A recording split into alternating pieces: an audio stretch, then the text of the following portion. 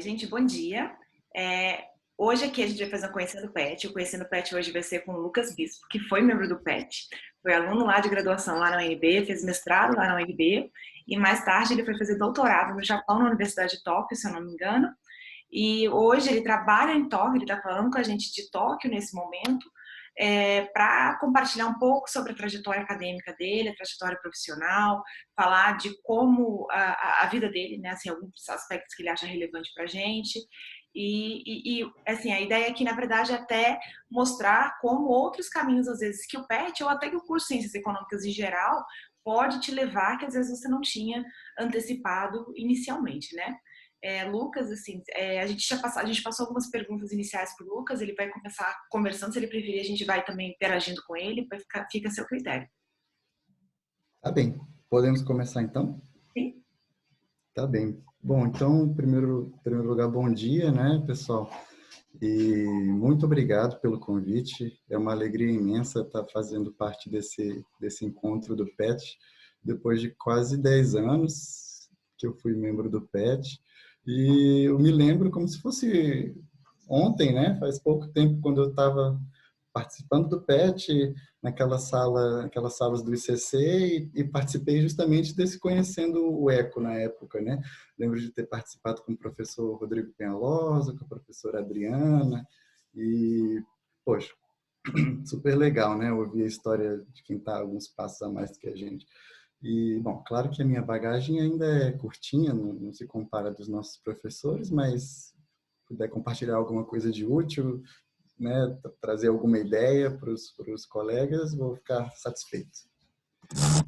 Então, eu recebi as perguntas que vocês mandaram, e assim, eu tenho bastante conteúdo que eu posso passar para vocês hoje. Mas deixa eu compartilhar a Deixa tela. eu compartilhar. Posso? Eu Senão tenho você... que autorizar, né? Eu acho que tem, deixa eu só ver aqui. Tá livre, pode ir. Tá. Então, deixa eu ver como é que faz aqui.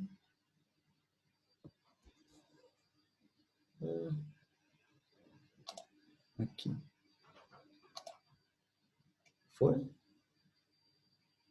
Tá indo? Tá. Então, seguinte, daqui a algumas semanas eu tenho planejado fazer uma apresentação na disciplina da professora Giovana, na disciplina de infraestrutura. Então, eu estou preparando uma apresentação que, na verdade, como é que eu posso, uma mistura de várias pequenas apresentações que eu fiz em outros contextos, está até misturado vários idiomas aqui, porque as plateias eram diferentes. E se vocês tiverem interesse, o que eu pensei para hoje? Eu posso passar pela minha autoapresentação, e aí eu passo em passagem pela minha trajetória até aqui, a gente vai conversando, né? Mestrado, doutorado, essas coisas. E aí depois, se vocês tiverem interesse, se o tempo estiver bom, eu posso falar um pouco dos trabalhos que eu tenho feito aqui. Então, se vocês veem aqui nesse apresentação de hoje, né? Um dos pontos é esse, um gostinho do Japão, é uma pequena apresentação sobre planejamento urbano. Então, aqui eu preparei uma pequena comparação entre como é que é feito o planejamento urbano aqui no Japão e comparando com Brasília. Pode ser interessante se alguém tiver interesse nesse sentido. Tudo voltado para a área de infraestrutura, que é o que eu tenho trabalhado. E aí, depois dessa apresentação, que eu acho que talvez sejam uns 15 ou 20 minutos, tem também detalhes sobre alguns projetos que eu participei. Esse projeto na Colômbia, o objetivo dessa apresentação é falar dos aspectos econômicos e financeiros de projetos. Coisas que se estudam, por exemplo, na disciplina da UNB, que na época tinha, creio que ainda tenha, né, que é de análise de projetos. Aí um outro projeto em Moçambique, é um projeto interessante, trata bastante da infraestrutura como uma ferramenta de relações internacionais, né, de aproximação dos países, com soft power dos países. E depois, em um terceiro projeto ainda, se tiver tempo, se vocês tiverem interesse, que fala também de planejamento, mas a um nível mais alto, assim, né, um planejamento a nível continental, para o continente da África. Então, o que você acha, professor? Posso seguir mais ou menos esse... Tá. Pode, a gente esquece que tinha anotado aqui para não atrapalhar. Pode seguir sim. Tá, então eu apresento um ponto e aí a gente pode abrir para perguntas, para uma conversa, e aí conforme o tempo, o interesse, o cansaço, a gente pode ir até o final ou não. Bem a critério de vocês, o interesse de vocês. Então, tá, falando, me auto-apresentando, né, fazendo minha auto-apresentação, deixa eu ver se eu consigo, a tela cheia, né? Tá, esse sou eu, meu nome é Lucas, muito prazer. Sou de Brasília, né? Nasci, fui criado em Brasília, morei em Brasília até que vim ao Japão, né? Meu interesse acadêmico, profissional, há muitos anos tem sido na área de desenvolvimento econômico, e aí, como é uma área muito grande, muitas maneiras de abordar o tema, eu acabei indo para o lado da infraestrutura. No meu doutorado, eu fiz um estudo de caso a respeito da produtividade agrícola num município localizado ao longo da ferrovia Norte-Sul, no estado do Tocantins. Aí coloquei meus hobbies aqui, acho que não veio muito ao caso, mas entrei na UNB em 2009, no meio do ano, em agosto, dia 5 de agosto de 2009, pisei na UNB pela primeira vez como aluno de graduação. Escolhi economia porque, uma das perguntas que vocês colocaram, né? Um pouco olhando em retrospecto, eu acho que são dois grandes motivos. Um dos motivos é porque, academicamente, eu sempre tive uma curiosidade grande com relação ao tema da pobreza. Acho que sempre foi o tema que mais me chamou a atenção. Por quê, né? Por que que existe isso no mundo tão próximo da gente, né? E como superar esse problema que a gente vive da pobreza. E outro assunto é que eu sempre gostei, na escola, gostava de exatas, gostava de humanas, e aí, como economia tem um pouco dos dois, eu falei, para não, né, não ficar só de um lado, só de outro, vamos tentar combinar e fazer economia. Durante a minha graduação, eu acho que uma coisa que eu posso dizer com segurança é que, poxa, eu aproveitei a UNB tudo que eu consegui. A nossa universidade oferece tantas oportunidades, né? A gente sabe que tem suas dificuldades também, por um lado, mas por outro lado, é uma riqueza muito grande de oportunidades, né? De vivências, de experiências. Então, eu participei do PET, participei do PIBIC também, fui monitor de economia, eu fiz quase tudo que dava para fazer. Participei das semanas de extensão, né? Semana de extensão, a semana universitária, e também fiz um intercâmbio de 6 meses, que acho que foi no meu 5º semestre da graduação. Eu fui para a Espanha, para a Universidade Carlos III, que fica em Madrid, e foi uma experiência super rica. Foi a minha primeira aventura de sair do país, e sair do país sozinho ainda por cima. Mas acho que foi um evento marcante assim da minha trajetória, porque ali eu me descobri um viajante inveterado e continuei viajando desde então. E lá eu lembro de ter tomado uma disciplina sobre integração europeia, economia da integração europeia, super interessante. Outra disciplina sobre planejamento urbano, que acabou, agora eu trabalho bastante com esse tema de planejamento urbano. Foi uma experiência bacana. Voltei ao Brasil, terminei a graduação, e aí chegou o momento de fazer o mestrado, e considerei muito a possibilidade de fazer o mestrado no exterior, mas decidi fazer a Ampec, encarar o desafio da Ampec, porque eu percebi, né, que é importante, é uma espécie de credencial que a gente tem no Brasil. Você passar pela Ampec como economista agrega muito valor no nosso currículo, no nosso cartão de visita, digamos assim. E até lembro que para mim, para todos com certeza, né? Mas na minha história em particular, foi um desafio. No último semestre da graduação, eu ia para as aulas de manhã. À tarde comecei a trabalhar. Você vê que a barrinha azul, ela está meio colocada, né, por cima da barrinha laranja, porque eu comecei a trabalhar no Ministério da Fazenda na época, na Secretaria de Acompanhamento Econômico. Então, eu tinha aulas de manhã, estava fazendo a monografia, à tarde ia trabalhar, e meu chefe naquela época foi muito compreensivo e, né, queria ajudar, então eu acabava não trabalhando as 40 horas certinhos, meio que dava uma reduzida, alguns dias trabalhava mais, outros dias trabalhava menos, e à noite ia para o cursinho da Ampec, que na época só tinha um aí em Brasília, e, bom, tinha dias que eu saía de casa às 7h30 da manhã para voltar meia-noite. E tirava um cochilo no carro, entre uma atividade e outra, e assim que foi a minha jornada de Ampec. E aí, quando Fiz Ampec, eu fiquei ali por volta da 100ª colocação, e acho que é um bom resultado, né? Dava acesso a algumas boas universidades em São Paulo, no Rio de Janeiro, não dava acesso para aquelas mais concorridas, né? Que são a FGV, lá do Rio de Janeiro, a PUC, acho que para a USP, não sei se ainda dava ou não. Aliás, esse ano talvez desse, porque nesse ano a FGV de São Paulo estava agressivamente expandindo o programa, e então parece que teve muitas vagas. Então talvez para a USP ainda desse. Mas eu decidi ficar em Brasília por várias considerações, e uma delas era um tanto profissional, porque eu já estava trabalhando no governo naquela época, não era concursado, eu era comissionado, mas eu me dei conta do poder que o networking tem na vida da gente, né? Os contatos que a gente vai fazendo, as pessoas que a gente conhece, que abrem as portas para a gente, que a gente pode se associar, né, para realizar os projetos. Então eu percebi que se eu ficasse em Brasília, eu poderia não só ter a experiência do mestrado, mas como poderia continuar avançando nesse aspecto profissional, sobretudo no networking, no poder público, né, que era o meu interesse principal naquela época. E foi muito bom o mestrado na UNB, meu orientador foi o professor Rafael Terra, eu trabalhei com um tema que tinha a ver com a economia do setor público, e a professora André, ela foi da minha banca, né, da minha banca do mestrado, também deixando uma marquinha na minha história. Foi muito legal também o mestrado, e aí chegou o momento de fazer o doutorado. Para o doutorado, a maioria dos colegas queriam ir para os Estados Unidos. Eu acho que é o mais comum para nós economistas, até para outras áreas também, e eu também pensei em ir para os Estados Unidos. Mas aí, no meio do caminho, né, as coisas do destino, o destino intervém na nossa trajetória. Aí eu vi que tinha uma bolsa para estudar no Japão.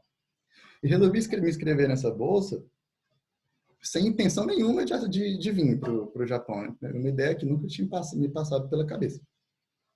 Mas eu me inscrevi na bolsa para ver no que ia dar, né? Para expandir as possibilidades, as alternativas. E fui passando pelo processo, né? Etapa por etapa, até que fui aceito na Universidade de Tóquio. A Universidade de Tóquio, ela é a melhor universidade do Japão, a melhor ranqueada universidade do Japão. E, finalmente, quando eu fui ver a escola onde eu estudei, que foi a escola de engenharia da Universidade de Tóquio, não foi de economia, apesar de que o tema da minha pesquisa foi bem de economia, né? Mas é só a escola que era de engenharia, então meus colegas eram engenheiros. E ela era, na época, a 7ª melhor colocada do mundo no ranking de engenharia, para engenharia civil, né? E aí eu fiz minhas contas, fiz meus cálculos, aí eu vi, bom, eu acho difícil passar por uma universidade tão bem colocada nos Estados Unidos. E aí, no final das contas, eu acho que falou mais alto meu espírito aventureiro e falei, bom, Estados Unidos certamente seria uma experiência riquíssima, mas culturalmente é próximo da gente, né? A gente passa a vida inteira assistindo filme americano, a gente sabe como é que são as coisas lá. E já já falava inglês, né? Então, para vir para o Japão, o desafio era não falar japonês e uma cultura totalmente diferente, mas eu falei, vou abraçar o desafio e não me arrependi. É realmente um país apaixonante. Se alguém tiver a oportunidade de visitar em breve, aproveita, serei seu guia. E vim para cá em abril de 2016. O curso de doutorado aqui ele é relativamente curto, foram 3 anos. A carga de disciplinas é menor do que nos Estados Unidos, mas a carga de pesquisa possivelmente seja maior, acredito. Até no meu caso tinha uma exigência um tanto alta, a gente sempre sentiu, exigia-se, por exemplo, para a formatura 3 artigos publicados, no mínimo 3 artigos publicados em periódicos internacionais, e quando eu me formei eu tinha 2 publicados e outros 2 submetidos. O professor, ele foi meu fiador, ele falou, não, pode se formar que eu confio que o terceiro paper vem. E demorou uns meses ainda depois da formatura, mas veio, ainda bem. E aí comecei a trabalhar, né, depois da formatura, entrei numa empresa japonesa de infraestrutura, chamada Pacific Consultants.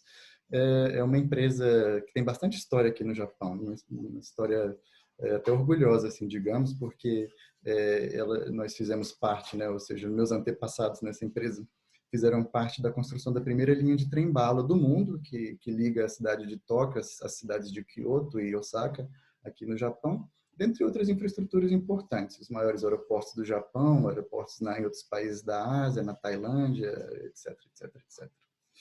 E hoje me dedico a esse tema da infraestrutura, sobretudo numa perspectiva internacional. Então, a ideia é levar o conhecimento, o know-how de infraestrutura, não só no ponto de engenharia, na questão da engenharia, mas também na questão gerencial, na questão do planejamento, que é muito forte aqui no Japão, na maioria dos ramos, né, das especialidades da engenharia, para outros países. E a isso tenho me dedicado pelos últimos 2 anos. Então, bom, até falei um bocado. Vou fazer uma pausa. Será se alguém gostaria de fazer, se alguém quiser fazer alguma pergunta sobre o que foi dito até agora, pode ficar à vontade. As inscrições, se vocês quiserem, vocês podem fazer pelo chat. Eu vou fazer uma pergunta já se eles não quiserem. Quão difícil foi aprender japonês para vocês? Os meninos até perceberam que seu PowerPoint era em japonês, eles acharam isso muito engraçado, comentaram até no chat. Assim, Tem algumas partes em japonês.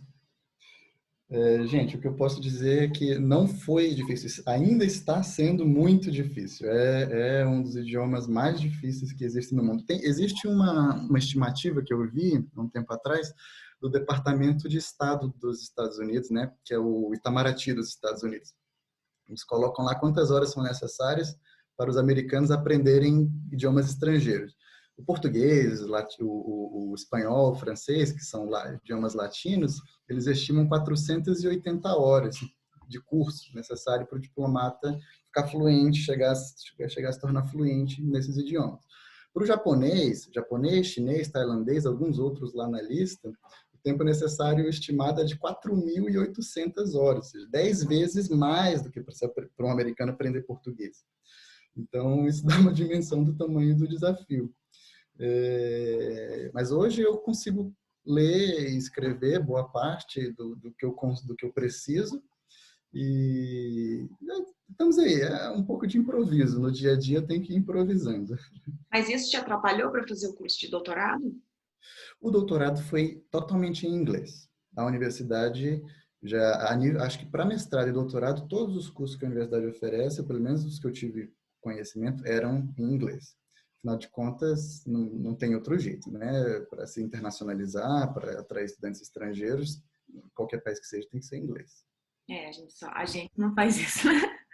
O Brasil. É um próximo passo para a gente, né? Deixa eu te perguntar outra coisa. Você poderia depois compartilhar com a gente os detalhes da bolsa que você pegou? Porque eu acho que pelo menos talvez o Pedro talvez se interesse, eu acho que talvez, assim, especificamente que eu imagino, o Matheus talvez se interesse também. Aqui o Matheus está perguntando, foi tranquilo preencher o gap entre a economia e as engenharias?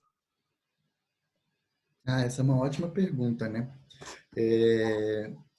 Assim, do ponto de vista da matemática, é até próximo, né? Assim, não tinha tanta dificuldade, mas existe uma carga de conceitos diferente que eu tive que aprender quando eu entrei. E assim, eu diria que mais do que ter sido difícil, foi um desafio que foi gostoso de superar, porque é conhecimento novo, conhecimento diferente, né? Eu acho que se eu tivesse feito um doutorado estritamente em economia, teria me aprofundado nos temas de teoria econômica, etc, etc. Aí foi um aprendizado diferente, um aprendizado mais prático, muita coisa que eu nunca imaginei, né, de aprender, ou seja, detalhes, por exemplo, de como se construir os edifícios que sejam resistentes a terremotos, ou como garantir a estabilidade dos trens viajando a 350 km por hora.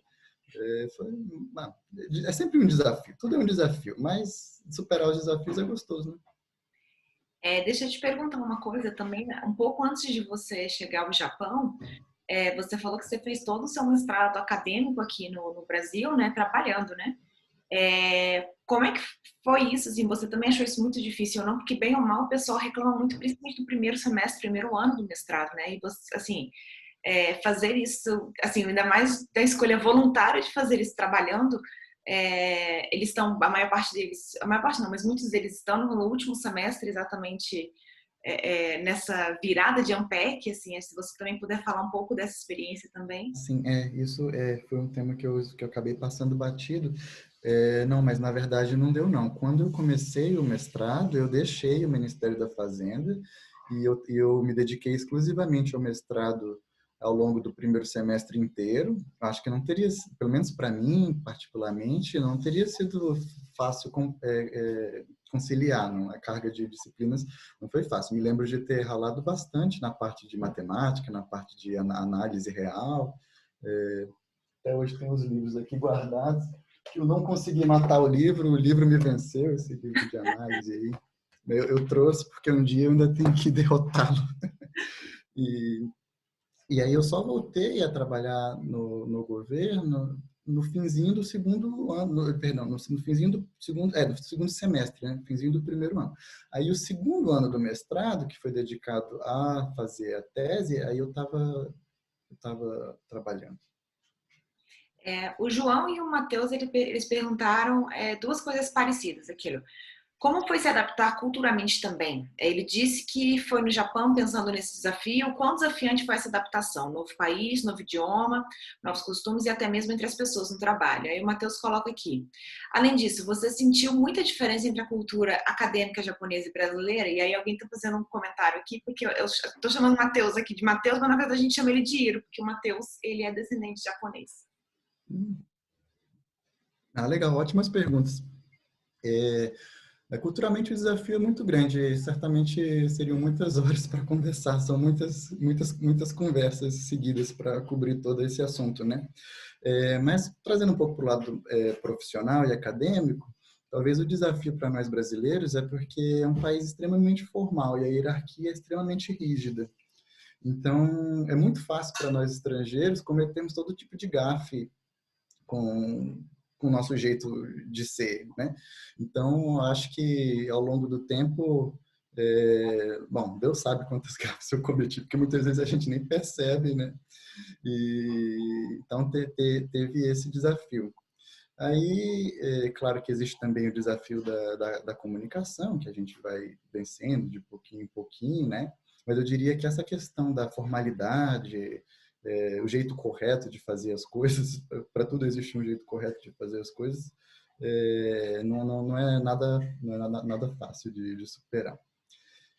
Agora, falando sobre a cultura acadêmica, a nível de pesquisa, a nível da pós-graduação, porque eu não conhecia a graduação aqui, eu percebi que existe um foco muito mais forte na pesquisa do que nas disciplinas e no aprender fazendo, né? Aprender com a mão na massa, digamos assim. Então, a carga de disciplinas que eu tomei aqui no doutorado, ela foi bem menor do que teria sido no Brasil ou nos Estados Unidos.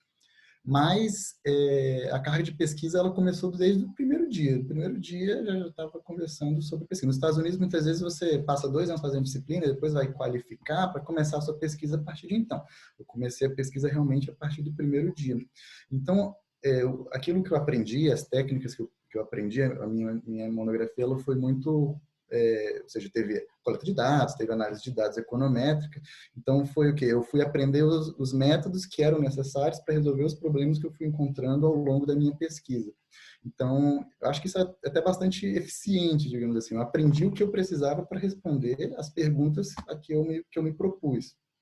Eu achei esse um ponto, talvez, um pouco diferente da experiência que eu imagino que seria no Brasil, né? Ou nos Estados Unidos também. E um outro ponto que eu achei um pouco diferente da UNB é que aqui os grupos de pesquisa eles são muito ativos, ou seja, a pesquisa se faz muito em grupo. Na UNB eu percebi que era um pouco mais individual, talvez no caso, pelo menos minha experiência foi assim, eu acho, né? Era mais eu e o meu orientador, sempre reuniões entre eu e meu orientador, a maior parte do tempo. Mas aqui, praticamente uma vez a cada 10 dias, vamos dizer, 3 vezes por mês, tinha as reuniões do grupo de pesquisa.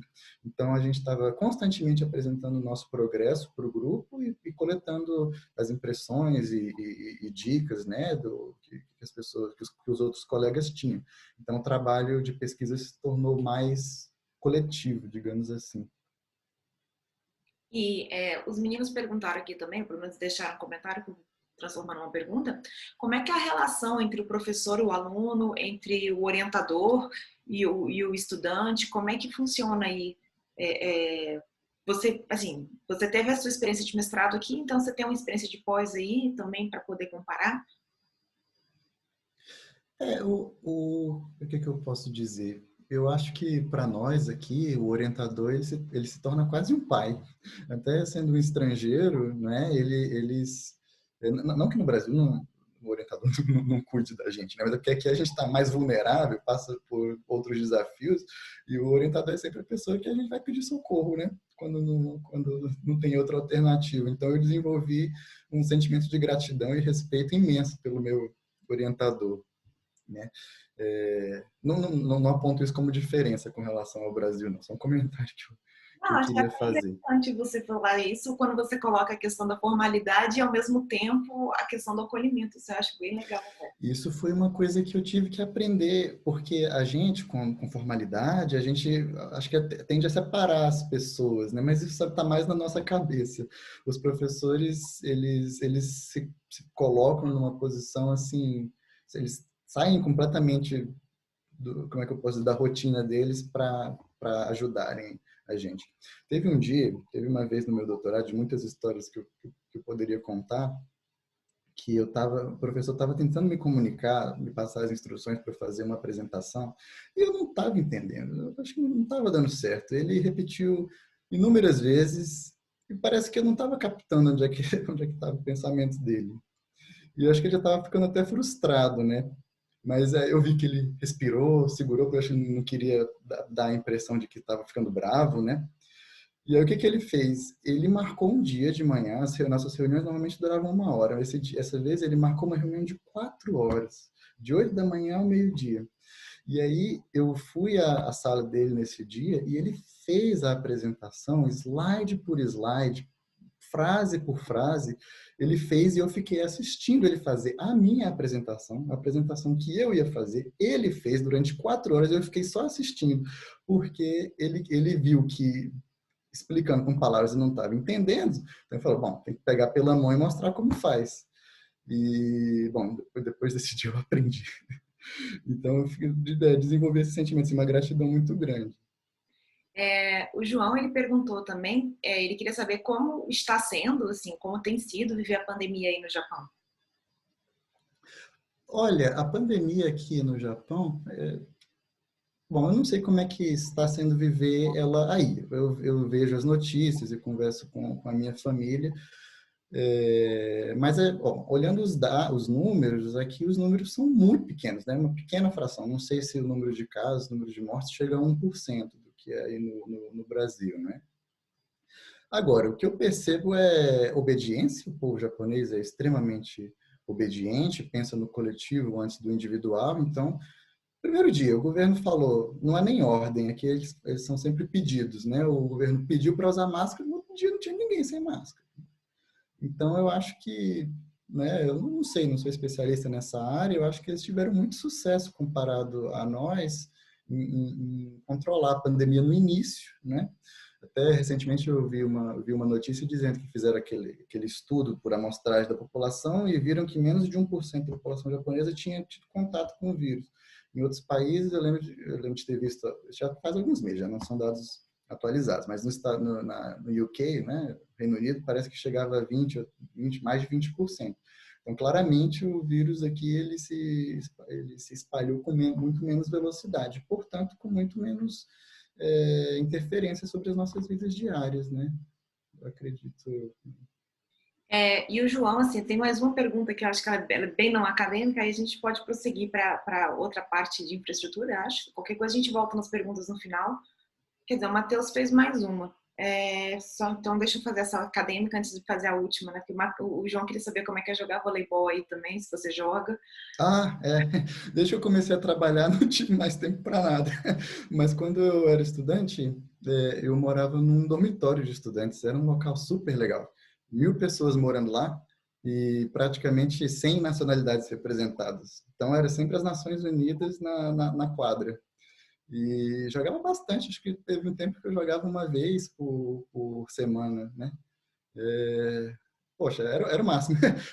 Tocou num ponto aí que eu sinto falta da minha vida de estudante. Como estudante, gente, inclusive, eu percebo que vocês são do PET, né?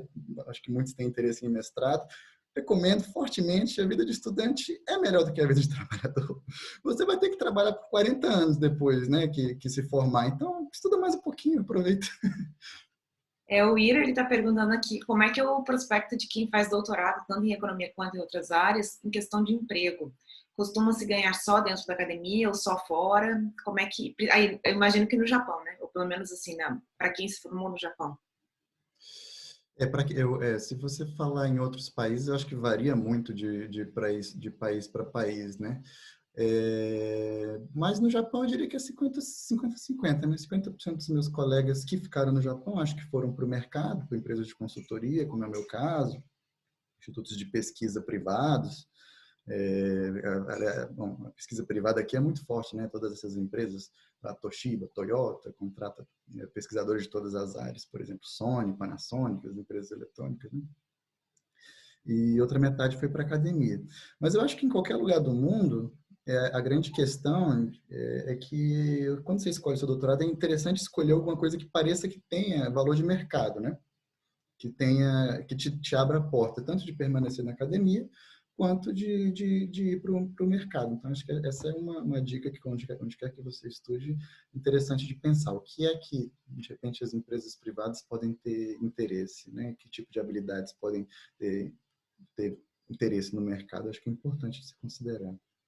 A sua tese foi pensada nesse sentido? A minha tese, eu tinha muito essa preocupação ao longo do tempo. A minha preocupação academicamente era sempre no assunto da pobreza, que em princípio, em si, não é o tema mais de mercado que existe. Mas eu tive a preocupação de desenvolver habilidades que tivessem valor de mercado. No meu caso, foram na parte de análise de dados. Então, durante o meu mestrado, eu procurei, né, me aprimorar na questão da programação, a linguagem de programação, adquiri bastante experiência com R e com Python também, que hoje em dia está super na moda, né? Então, acho importante pensar um pouco nesse sentido.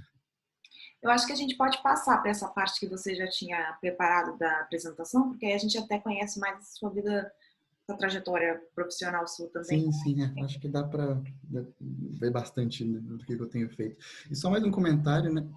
A pergunta que foi feita a respeito da bolsa de estudos, eu acabei não respondendo, mas eu acho que de repente eu posso até mandar com detalhes por e-mail, não sei, Sim, não, foi isso que né? eu pedi mesmo. Eu acho que fica mais fácil até, porque a gente disponibiliza depois. Eu acho que é mais fácil até do que falar assim, mas em resumo rápido, uma bolsa de estudos do Ministério da Educação do Japão inclui voo, bom, basicamente você não tem que se preocupar com nada do ponto de vista financeiro, do ponto de vista material. Está disponível para mestrado também, só que para mestrado a concorrência é maior, então continuo com a minha recomendação de fazer AMPEC primeiro e aí, quem sabe, procurar para o doutorado depois. Mas eu mando mais detalhes depois por e-mail, de repente, você pode disponibilizar meu e-mail, pode, de repente, mandar as perguntas e eu respondo, né? Depois a gente vê essa parte. Aí o Então, tá Pedro bem. está perguntando aqui, o pessoal do Japão utiliza muito Ruby ou R, ou R e o Python são melhores ali no chat? Para economia, é o R e o Python, né? Para análise de dados. O Ruby, eu acho que ele é uma linguagem japonesa, inclusive, né? Desenvolvida no Japão, se eu não me engano, espero não estar falando besteira, mas eu não tive contato, pelo menos assim, no meu universo, meus colegas, ninguém usava para análise de dados, não. Certamente R e Python eram os principais.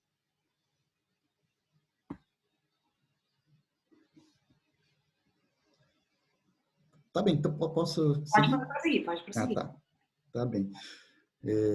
Tá, então vamos lá. Essa apresentação, breve apresentação, tem dois objetivos. Dar um pequeno gostinho do Japão, algumas imagens, eu selecionei algumas fotos, mas falar de planejamento urbano e a palavra-chave é Transit Oriented Development, né? Que é desenvolvimento urbano orientado para os transportes, uma tradução livre. Então, vamos ver do que se trata isso. Então, gente, como vocês talvez já tenham escutado falar, Tóquio é a maior região metropolitana do mundo. Se você verifica rankings diferentes, às vezes pelo critério de medição, definição do que é uma cidade, pode ser que caia para a segunda, terceira colocação, em alguns rankings é a mais populosa do mundo, né? E a gente sempre imagina, cidade grande, tem muito trânsito, muita poluição, estresse, congestionamento. Mas Tóquio, sinceramente, surpreende por não ser assim. É a cidade, é a cidade grande do mundo, e olha que eu já tive a oportunidade de conhecer várias, mas não conheço a cidade mais limpa, mais tranquila, mais cheia de verde. Então, podemos dizer isso. A escala da cidade é brutal, né? 30 milhões de pessoas em aglomerados, em espaço pequeno, mas é uma cidade muito humana ao mesmo tempo, né? A escala humana é muito confortável.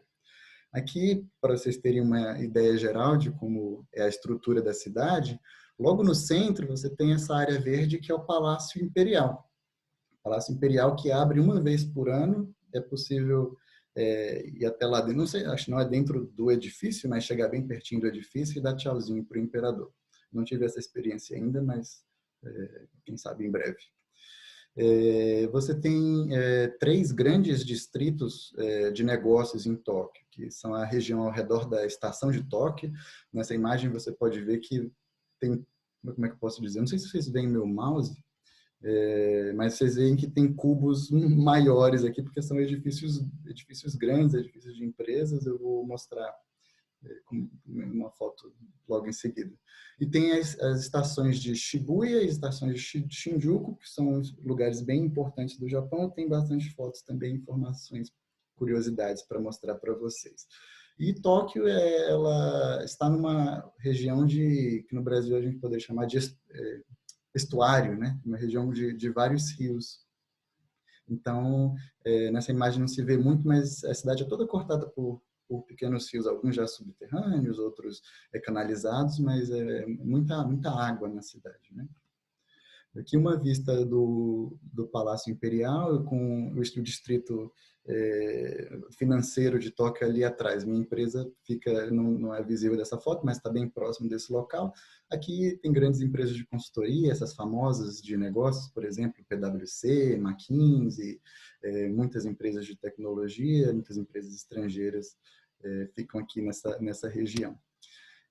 Bom, e aqui o que você vê, a escala dos edifícios, é que é a escala da rua. Então, como eu mencionei, uma cidade extremamente urbana, muito arborizada e limpa, muita vida a nível da rua, não é? As pessoas caminhando, mesmo nos fins de semana, diferentemente do centro do Rio de Janeiro, do centro de São Paulo, centro de São Paulo mesmo, centro de Rio de Janeiro que fica meio deserto no fim de semana, aqui não acontece isso, porque tem muita vida, como eu disse, muitos bares, restaurantes, shoppings, locais agradáveis de passeio.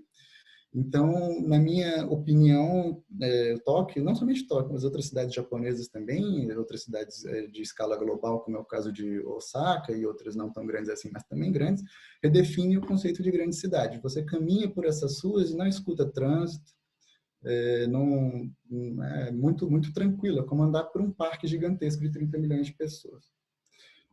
E qual é o grande segredo das cidades japonesas?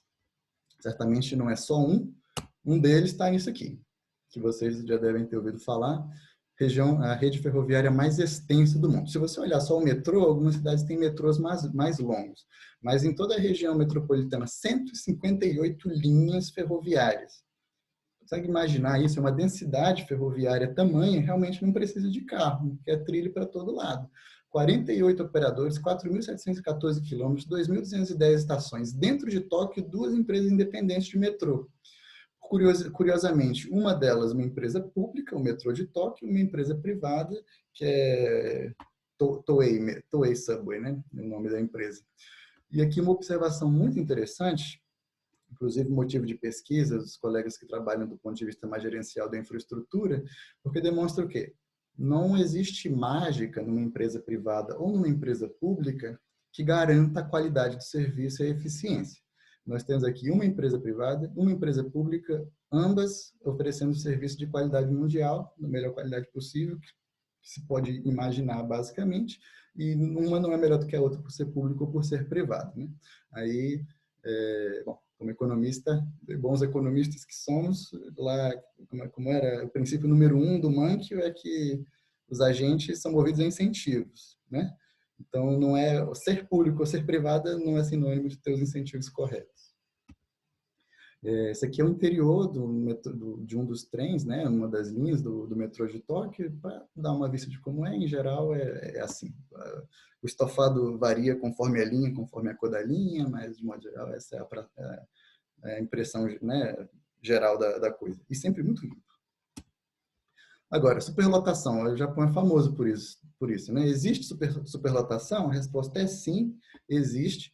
O sistema opera diariamente próximo do limite da capacidade, mas, por incrível que pareça, com índices elevadíssimos de pontualidade, de conforto. Agora, com essas cenas que você vê o funcionário empurrando a pessoa para dentro do metrô, para dentro dos trens, não é tão frequente assim. Chama atenção. As coisas absurdas chamam mais atenção da gente, né? Em qualquer país é assim. Mas em 5 anos morando aqui, eu presenciei essa cena 2 vezes.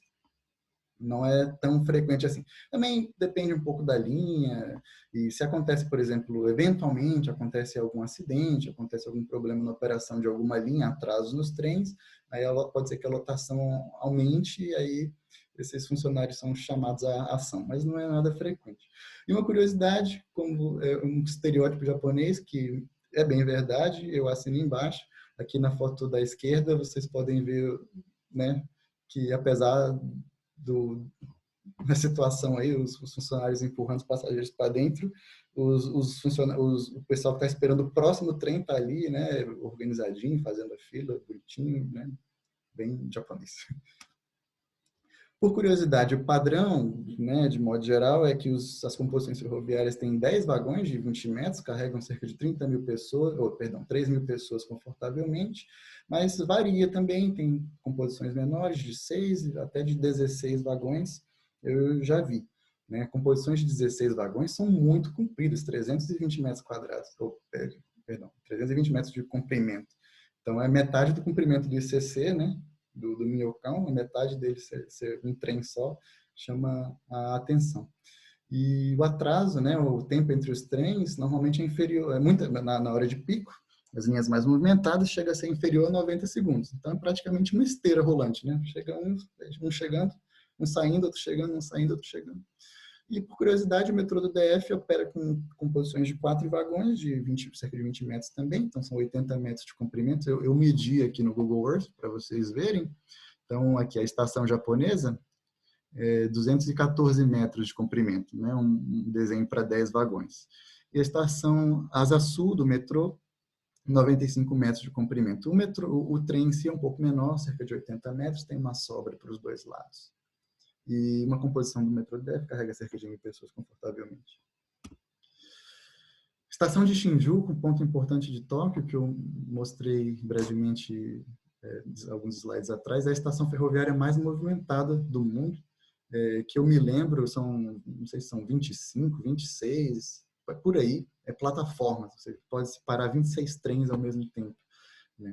E característica de Tóquio, que a gente vai falar com detalhes agora, grandes estações, naturalmente, induzem o desenvolvimento das grandes áreas empresariais, onde você tem edifícios mais altos, maior concentração de pessoas. Então, o distrito de Shinjuku tem um grande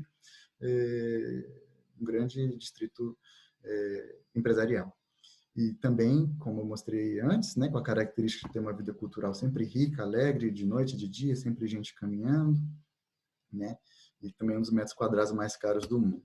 Esse é o aspecto da estação, uma das entradas da estação, mas, pasmem, a estação tem cerca de 70 entradas e saídas. Então, eu não marco mais com ninguém de encontrar nesse lugar, porque é muito difícil encontrar a pessoa.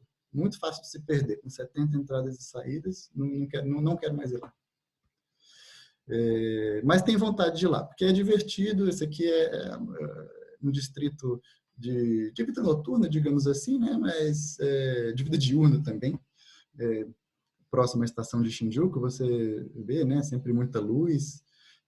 Para nós ocidentais, muita confusão visual, né? Porque como a gente não reconhece automaticamente esses símbolos, os caracteres japoneses, que são originados na China, muita confusão visual para a gente, mas, bom, dá o aspecto, né? Dá a característica da cidade. Aqui mais uma foto mostrando o distrito de Shinjuku com o Monte Fuji nevado ao fundo, uma foto, portanto, no inverno. Eita, aí foi uma bateria de fotos e curiosidades, mas agora vamos falar um pouquinho mais academicamente falando, né, por assim dizer.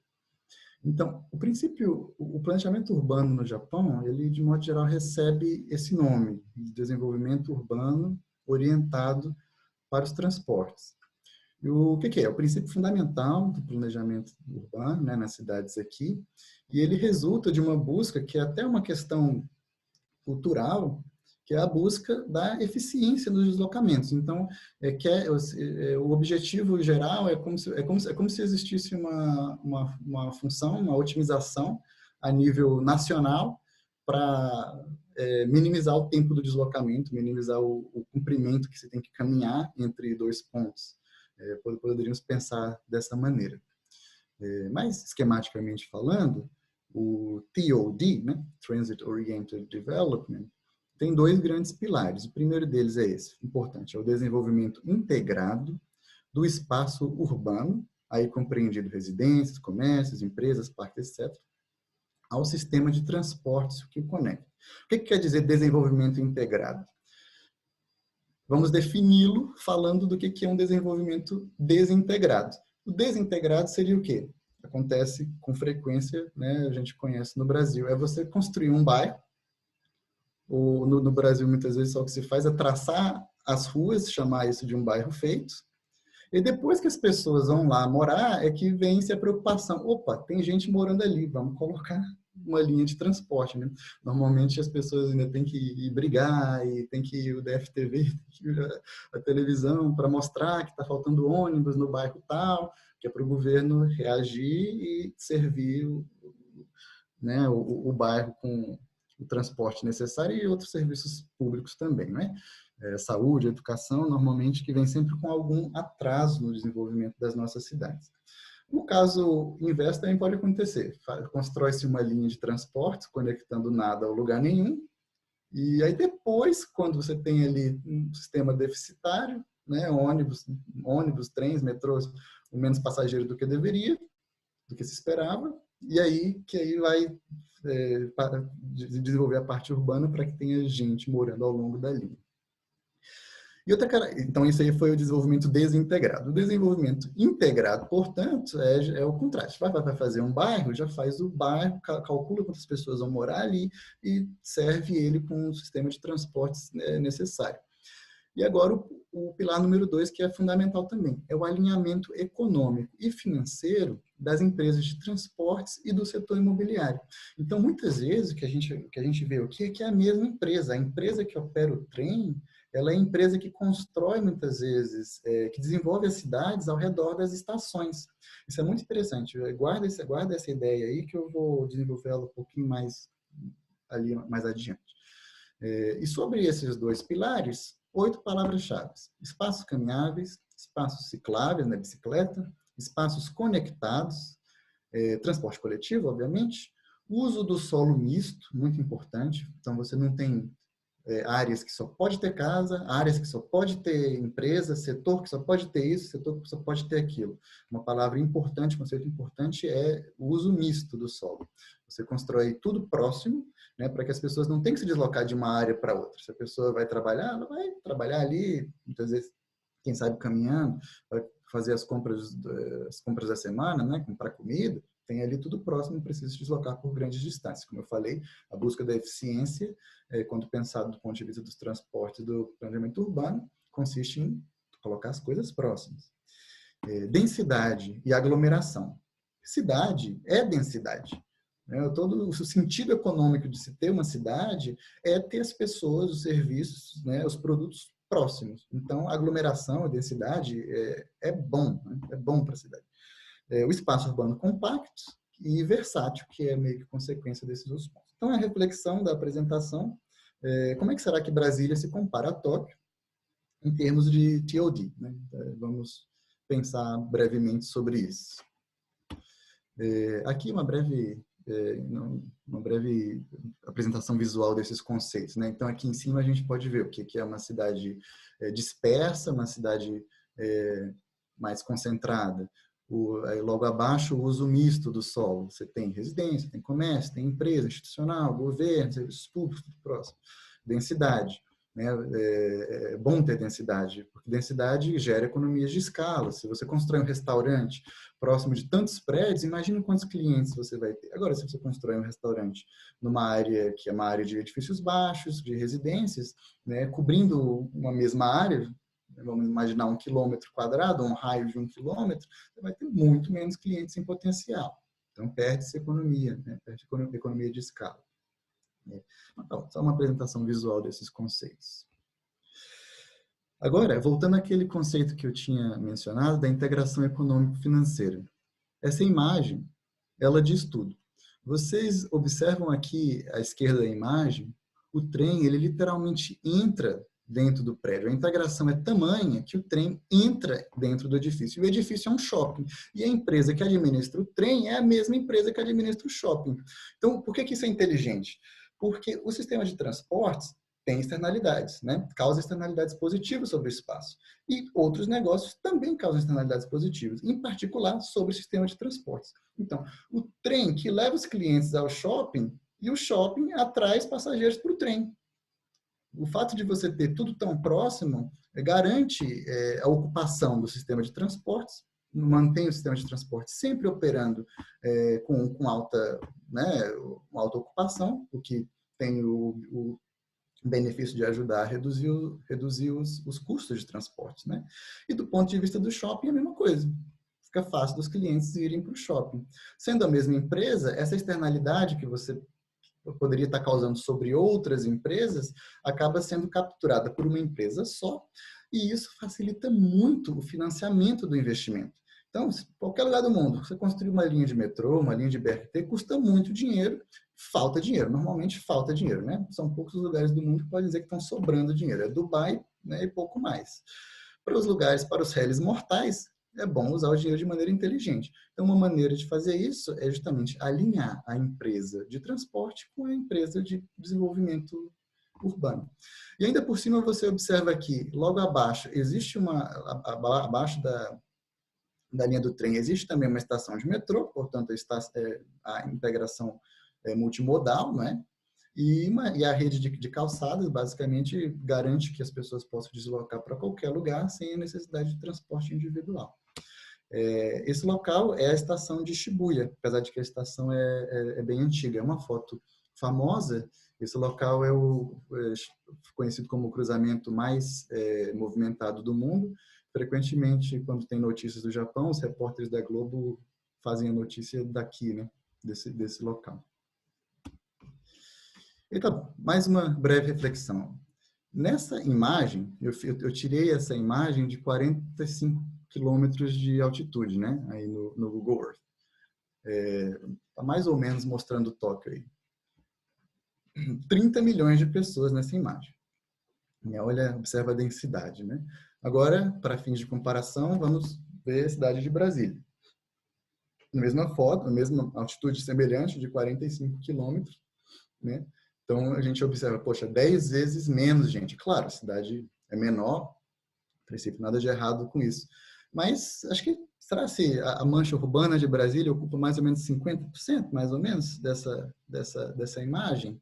Né? Se a gente volta para Tóquio, tem 10 vezes mais gente no dobro do espaço, né? Mas, não calculei, não, né? Falando por alto, assim, visualmente estimando. E Brasília tem 10 vezes menos habitantes, né? Então, você daí pode ter uma noção da diferença na densidade, nas distâncias que as pessoas precisam cobrir diariamente para alcançar os seus objetivos diários.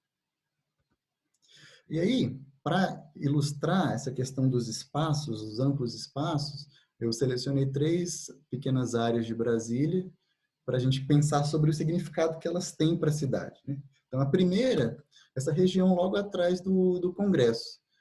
Não sei se vocês já caminharam por ali, logo atrás do Congresso tem um local chamado Bosque dos Constituintes, que basicamente é um local que não dá para ir lá, porque normalmente a grama é alta, você vai lá e se você tiver de short vai ficar com a perna coçando, né? Não tem infraestrutura basicamente nenhuma e é basicamente, poxa, atrás do Congresso Nacional, acho que, né, um local importante. Deveria ter alguma coisa. Eu sou da opinião que deveria ter alguma coisa. Aliás, toda essa mancha que eu marquei em vermelho aqui, não tem nada e eu não sei que exatamente, eu também não fui pesquisar, deve ser o setor de alguma coisa, mas não tem nada lá, né? Então, a reflexão é que espaços vazios, eles causam um desserviço para a cidade, eles afastam as coisas umas das outras, né? Nos afastam do nosso local de trabalho, do nosso local de divertimento, etc, etc. A gente tem muitos espaços, tem muitos buracos no tecido urbano de Brasília, né? Que acredito que a longo prazo deve ser objetivo nosso para a cidade de preenchê-los. Isso vai ajudar, acredito, a melhorar bastante a qualidade de vida na cidade. Que só nessa imagem a gente pode olhar o setor de clubes também. Será se vai ter tanto clube para encher o setor inteiro? Porque tem muito espaço vazio ali. Sabe? Inclusive, Brasília hoje tem 3 milhões de pessoas. Há um tempo atrás eu vi projeções do IBGE. A população máxima que o IBGE estima que Brasília pode chegar é cerca de 3 milhões e 700 mil pessoas. Eu acho que dependendo de imigração, quem sabe pode até um pouco mais do que isso, 4 milhões de pessoas. Quer dizer, cerca de 30% a mais do que agora. Não sei se vai precisar de tanto espaço para clube. Pode ser que sim, pode ser que eu esteja errado, mas só clube nesse espaço, acho que talvez não seja tão boa ideia assim. Outro exemplo, gente, eu amo Brasília, é a minha cidade, eu desejo, em breve, se Deus quiser, voltar a morar por aí. Então, não me entendam mal pelo uso de uma linguagem agressiva, digamos assim. Mas esse exemplo, na minha humilde opinião, é o bairro mais fracassado da cidade. É o setor de Embaixada Sul. Vamos pensar no porquê disso. Setor de embaixadas. A maioria tem um monte de embaixada lá. Tem embaixada do México, embaixada do Japão também é lá. Tem alguns prédios com arquitetura interessantes, mas tem um monte de embaixada no Lago Sul, não no setor de embaixadas. Quer dizer que as embaixadas não quiseram ir para o setor que lhes cabia. Os lotes são gigantescos e se você caminha por ali, na verdade é um espaço super ermo, super perdido. Um diplomata que mora ali, que queira ir até a Asa Sul, não tem uma calçada para chegar até, perdão, a Asa Sul, né? Para chegar ali na 400, comprar alguma coisa, praticamente não tem calçada ali. E é um espaço tão grande, eu não conheço outro lugar do mundo que tenha um espaço concentrado só para as embaixadas, e é um espaço tão grande que, na verdade, falta país para colocar a embaixada ali. Então, eu imagino que, a menos que a humanidade estabeleça contato com extraterrestres para fazer mais embaixadas ali de outros planetas, eu acho que não vai ter embaixada para encher esse espaço, né? E aí você imagina, são espaços para quem mora na Asa Sul, por exemplo, ninguém na Asa Sul caminha da Asa Sul até o lago. O lago é um atrativo da cidade, é um atrativo até turístico, mas porque tem esse buraco na cidade, que é o setor de embaixadas, não dá para caminhar, né? Ou seria desagradável caminhar por ali. Então, por que a gente não pensa, por exemplo, poxa, um bairro super central, por que a gente não pensa num projeto de TOD, um desenvolvimento aliado, por exemplo, de um VLT, quem sabe, passando por ali, e essa empresa, de repente, pode ser uma empresa pública, inclusive. Quando a gente fala, né, de internalização de externalidades, não importa se a empresa é pública, se a empresa é privada, até por questões ideológicas, tem gente que prefere público, tem gente que prefere privado, e a gente não passa um VLT por ali e distribui os direitos de construção para fazer de tudo, fazer shopping, fazer parque, né? Outra observação, espaço vazio não é parque, né? Gramado, mato, não é parque. Parque precisa ter infraestrutura, ter calçada, né? etc, etc. Poxa, poderia ser um potencial ali, inclusive, de negócios, né? Transformar o setor de embaixadas num bairro interessante. Hoje é um bairro de passagem para quem está indo da Asa Sul para o Lago Sul, né? Ou quem está cruzando a L4, mas basicamente ninguém nunca, quase nunca vai ao setor de embaixadas fazer nada. Para sair um pouco do plano piloto, tem aqui o Guará. Não sei se vocês já perceberam, tem o Guará 1 e o Guará 2 e tem um buraco no meio do Guará 1 e do Guará 2, né? Talvez você já tenha visto, ultimamente eu acho que tem se discutido um pouco esse problema urbano na cidade, porque tem uma linha de alta tensão que passa ali. E se você sai da estação do Guará, né, que está mais ou menos aqui, não sei se vocês estão vendo meu mouse, na verdade, e vão caminhar para o Guará 1, são 140 metros. Então, são 2 minutos caminhando debaixo do sol quente, né, não tem nem árvore direito, vai suando, descansando, não é uma caminhada exatamente agradável, né? E do lado de uma estação. Se a gente pensa no exemplo de Tóquio, qual é o exemplo de Tóquio? Você tem uma estação, é o melhor lugar possível para você construir prédio, para você construir empresa, para você construir moradia, porque as pessoas vão ter acesso fácil ao transporte e, por conseguinte, ao resto da cidade.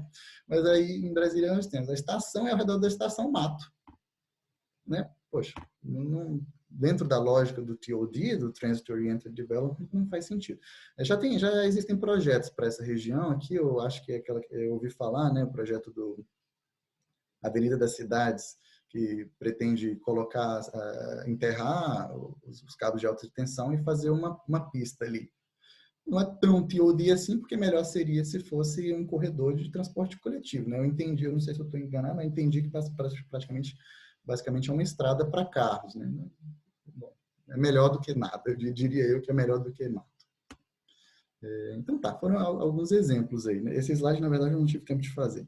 Mas a gente observa que Brasília é meio que o contrário do planejamento urbano, né? De Tóquio.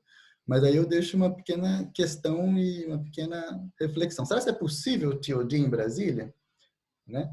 E a dica é que existe um bairro bastante famoso da cidade que foi planejado, foi projetado no início, de certa maneira, dentro dos princípios do TOD. Será que alguém consegue adivinhar, dentro da nossa discussão, que bairro seria esse? Dá para perguntar, professor? Eu não sei se dá para... Na verdade, é porque você não está acompanhando o chat, mas eles já até falaram aqui de Águas Claras, já falaram mal de Vicente Pires, já falaram mal de um monte de lugar aqui. Você estava comentando, eles estão comentando aqui no chat também. Se você quiser olhar, não sei se você consegue aí. Agora que eu abri o chat aqui, estava escondido. Legal, pois é, na mosca, é exatamente Águas Claras, está aqui Águas Claras. E o motivo é isso, o projeto de Águas Claras, ele foi feito integrado ao metrô, né? Então o metrô passa bem no meio de Águas Claras.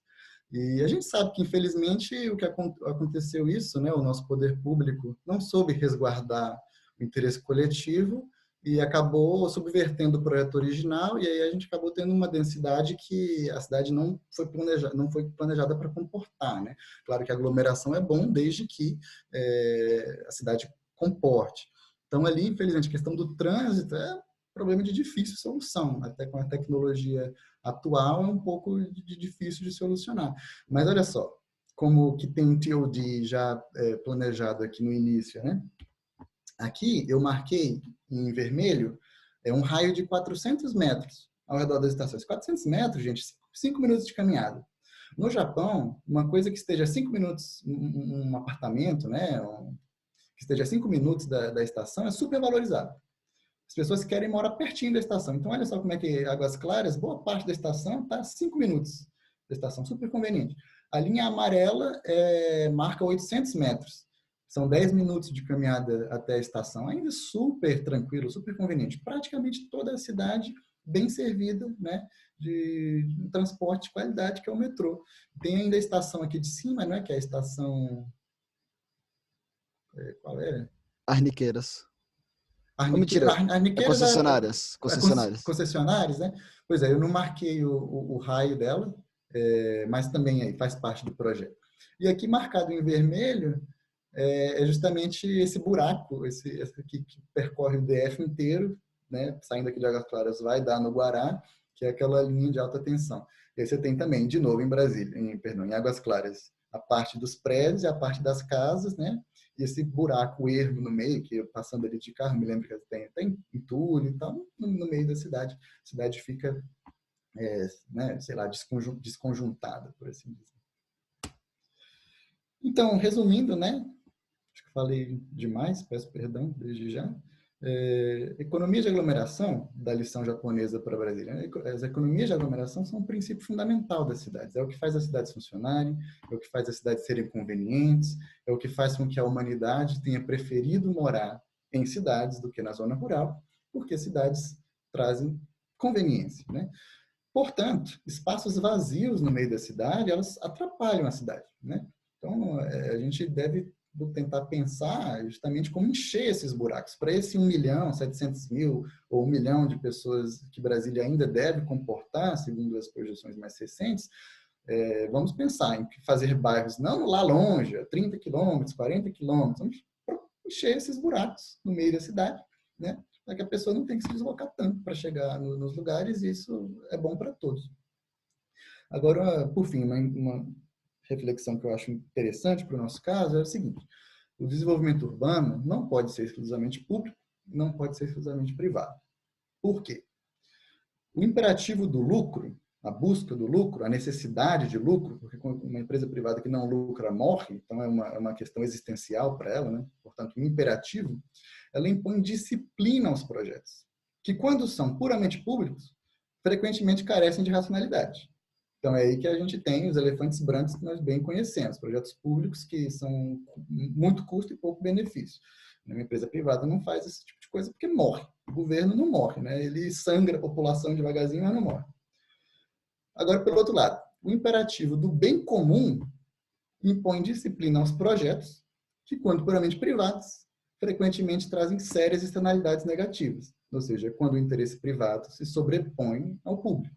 Aí tem um pouco o exemplo de Águas Claras que a gente falou. Ali quiseram lucrar desmedidamente, desrespeitaram o planejamento urbano, o problema do trânsito ali. Eu acho que tem uma solução, que é quando a gente chegar ao nível 5 de automação veicular. Porque a gente vai ter um aumento de capacidade das vias brutal com isso, né? Quando os carros puderem se movimentar todos automaticamente, né, se comunicando entre eles, internet das coisas, essa coisa toda, pode se resolver o problema. Fora isso, não tem solução para o trânsito, infelizmente. Ou seja, você quer entupir a IPTG, né? No final das contas, e aí você acha que assim, se a gente entupir a IPTG, tem solução, né? Mas é justamente assim, é uma solução mais ou menos, né? Porque no final das contas a gente sabe que no planejamento urbano, questão do planejamento urbano, a boa solução é sempre a solução coletiva. Porque, de novo, cidade é coletiva, é morar próximo, é morar junto, né? É coexistir. Então, o conceito de cidades com o conceito de transporte individual, existe um conflito aí. Então, bom, acho que dá para melhorar com avanços tecnológicos, mas ali ficou um exemplo, né? Quando o que é privado diz respeito ao que é público, dá errado. E, por fim, é necessário harmonizar tudo isso com o planejamento original da cidade, que é um planejamento muito bom também, diferente, segue princípios diferentes, mas muito bom. Eu sou apaixonado, sobretudo pela aquela parte, a chamada escala bucólica de Brasília, que são a parte residencial, as asa sul e asa norte, né? Poxa, um conceito maravilhoso, na minha opinião pessoal. Tem muitas coisas boas, a gente pode melhorar. Acho que é função da nossa geração, né? Como de todas as gerações, melhorar o nosso espaço devagarzinho. Era isso aí. Finalizei essa parte, gente. Eu não sei se vocês querem debater um pouquinho, já conversamos mais de 1 hora, né? Não sei se... O horário fica por sua conta, Lucas. Se você quiser falar, eu acho assim, talvez seja melhor a gente pegar perguntas agora só para o final, se você quiser falar um pouquinho dos projetos, porque eu acho que para eles até é interessante também. Assim, não precisa necessariamente entrar em muitos detalhes se você tiver com... Porque o horário você coloca restrição. Mas aí eu acho que para a gente não se estender demais, a gente faz as perguntas todas no final. Tá bem. Eu me preocupo também de estar cansando vocês, né? Conversa Não, eu longa. acho que estou achando bem interessante. Assim, pelo menos a impressão que eu estou tendo aqui pelos comentários no chat, pessoal, Tá bem. gostou bastante até de ver as imagens de Tóquio, de ver. Eu, pelo menos, gostei muito assim, de toda essa noção. Estamos comentando aqui que realmente continue, porque está todo mundo gostando. Tá bom. Que bom. Assim fico contente, então. Animado para continuar. Mas então eu vou tentar formatar o resto da apresentação para será assim? Não, assim, de qualquer forma, 20 minutos. eu vou fazer uma outra pergunta, na verdade. Você, enquanto você vai, não sei se você consegue pensar e fazer a sua formatação e pensar, você colocou o foco muito em Brasília, mas o problema de planejamento urbano no Brasil não é só Brasília, né? Assim, você tem uma cidade, por exemplo, que uma coisa que você enfatizou muito durante a sua apresentação de Tóquio, como ela era bonita, como ela era agradável, como tinha uma simbiose entre todos os atores, vamos dizer assim, que se envolvem na cidade, né? E isso não é verdade, por exemplo, para o Rio, isso não é verdade, para São Paulo, isso não é verdade. E aí ali, por exemplo, são cidades muito mais antigas, com densidade, mas como é que você resolve ali questões... por exemplo, São Paulo tem um problema de trânsito que, assim, eu não sei nem qualificar esse problema. Assim, graças a Deus que eu não tenho que passar por ele todo dia, mas assim, são outros problemas, vamos dizer assim, entendeu? E aí eu já não sei como é que a gente fica nesse sentido. Bom, a minha resposta a isso fica o convite aos meus calouros, que se interessarem, ajudarem, né, a pesquisar nessa parte e, quem sabe, ajudar na solução para os nossos problemas urbanos. Certamente, ninguém tem solução para todos esses problemas, né? Então, é um esforço coletivo que a gente tem que fazer. Não, eu gostei muito até da sua apresentação até agora, porque você colocou, você conseguiu exemplificar até como, por exemplo, um programa de engenharia e às vezes questões talvez muito mais ligadas mais técnicas, mas como você deu uma preocupação econômica, eu achei muito legal essa sua ênfase de que, assim, essa integração e essa necessidade de um fim econômico para aquilo, porque senão, no final das contas, não é sustentável.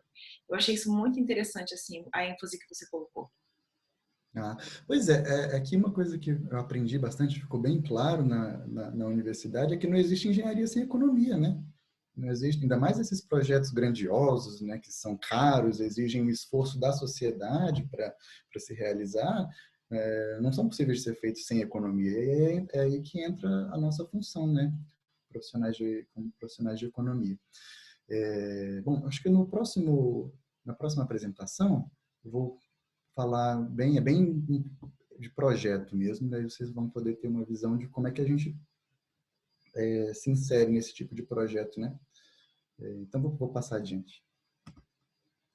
O próximo projeto, gente, é um projeto que eu trabalhei, já se finalizou, trabalhei na condição de consultor aqui na minha empresa, e foi um projeto que ocorreu na cidade de Medellín, que é na Colômbia.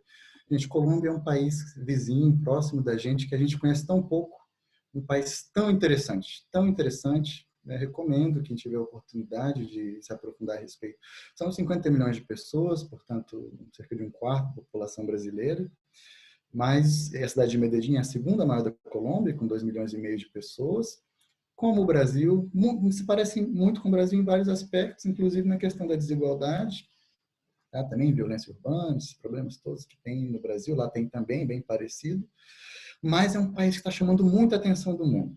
Chamou a atenção do Japão, então foi um projeto que nós servimos, nosso cliente foi o Keizai Sangyosho, Ministério da Economia e Indústria do Japão, porque chamou a atenção que foi escolhida por Wall Street como a cidade mais inovadora do mundo, né, no ano de 2013. Então, claramente, tinha coisas interessantes aparecendo lá. O Ministério da Economia do Japão abriu o olho e viu, opa, tem oportunidade ali para a gente fazer coisas interessantes, né? E aí, então nós fomos lá estudar o sistema de transporte coletivo na cidade com o objetivo de buscar a introdução de alguma tecnologia japonesa de transportes, que eu vou falar. Agora, uma coisa que eu achei super interessante lá de Medellín, que o prefeito, na época, eu não sei se mudou, ele tinha um lema, foi talvez um lema de campanha, acabou se tornando forte lá, que é o quê? Para os mais pobres, o mais bonito. Então, a ideia era direcionar os investimentos de transporte, de desenvolvimento urbano, sempre o máximo possível para as regiões mais pobres e de maneira esteticamente agradável. Um pouco dentro do que existe no Brasil, já perdeu um pouco de força, já teve mais forte, da lógica de urbanização de favelas. Porque, você fazer as coisas bonitas, fazer um jardim agradável, fazer um parque, manter limpo, bem cuidado, é autoestima para as pessoas, gera ânimo, né, para as pessoas seguirem adiante. Lá em Medellín, eles usaram bastante, né, esse lema, até dos colegas japoneses, os meus superiores, em particular, chamou muito a atenção. E no nosso estudo do sistema de transportes lá, nós tivemos que alterar a nossa matriz de avaliação, nossos critérios de avaliação, para incluir uma coisa que no Japão não é uma preocupação, né? O contexto é diferente, que foi justamente a gente foi avaliar o impacto de cada projeto sobre as classes sociais, né? Então, porque para eles, como deve ser para nós também no Brasil, em muitos países, deve ser tratado com prioridade o projeto que tenha mais impacto sobre os mais desfavorecidos, né? Do ponto de vista da engenharia, da geografia, a cidade de Medellín, ela é tem formato de cuia, né? Fica dentro de um vale. No centro passa um rio e nas partes mais planas moram as pessoas mais ricas, tem ali os hotéis, as empresas, etc, etc. E subindo os morros, a semelhança um pouco do Rio de Janeiro, moram as pessoas mais pobres, né? Bem parecido com as favelas do Rio de Janeiro, né? Ou outras cidades do Brasil, quase todas as cidades do Brasil. Então tá, falando do que é a análise econômica dos projetos. Quando a gente fala de análise econômica de projetos, existem muitas coisas que podem vir à cabeça, mas do ponto de vista da infraestrutura, estritamente falando, a análise econômica dos projetos, ela é sempre uma análise de custo de oportunidade. Então, ela consiste em comparar alternativas, tá? Para descobrir, definir qual é a alternativa mais interessante. E aí, compreendida também a alternativa de não fazer nada, o que é muito importante também. Muitas vezes assim, você tem a ideia de construir um VLT, construir um BRT, um metrô, então a alternativa de não construí-lo muitas vezes pode ser a mais adequada. Se o benefício não superar o custo, né? Quer dizer que não construir é uma alternativa que deve ser avaliada também. Então, a primeira etapa que a gente faz é, pensando nas características da cidade, aí em particular, eu ressalto a parte geográfica da cidade, como eu falei, tem esse formato de cuia, é muito acidentado, subida e descida. Nós olhamos as tecnologias disponíveis de transportes, comparamos três. Uma é o AGT, né, que é Automated Guideway Transit, uma tecnologia que é totalmente automatizada, não tem condutor, também as estações são automatizadas. O LRT, que ele é o VLT do Brasil, né? Light Rail Transit, a gente chama no Brasil de veículo leve sobre trilho, né? E o monorail, que é o monotrilho.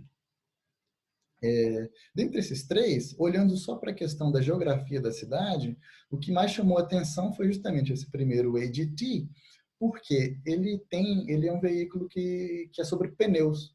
Então, sendo sobre pneus, ele consegue fazer a inclinação máxima, né, que ele consegue subir ou descer sem deslizar, o que acontece com os trilhos, é maior. Então, ele pode subir, né, pendentes de 10%, né, ou subir um metro a cada 10 metros, né, ou descer. E também tinha a característica do raio da curva ser pequeno. Então, para uma cidade com espaço limitado, é importante você conseguir fazer curvas fechadas. Então, aí indicou que, bom, por esse aspecto da geografia, o AGT parecia ser o mais interessante. Então, isso só para exemplificar, claro que é mais profundo do que isso, mas só para exemplificar o que é a análise econômica. Então, essa análise da tecnologia a ser escolhida é um aspecto.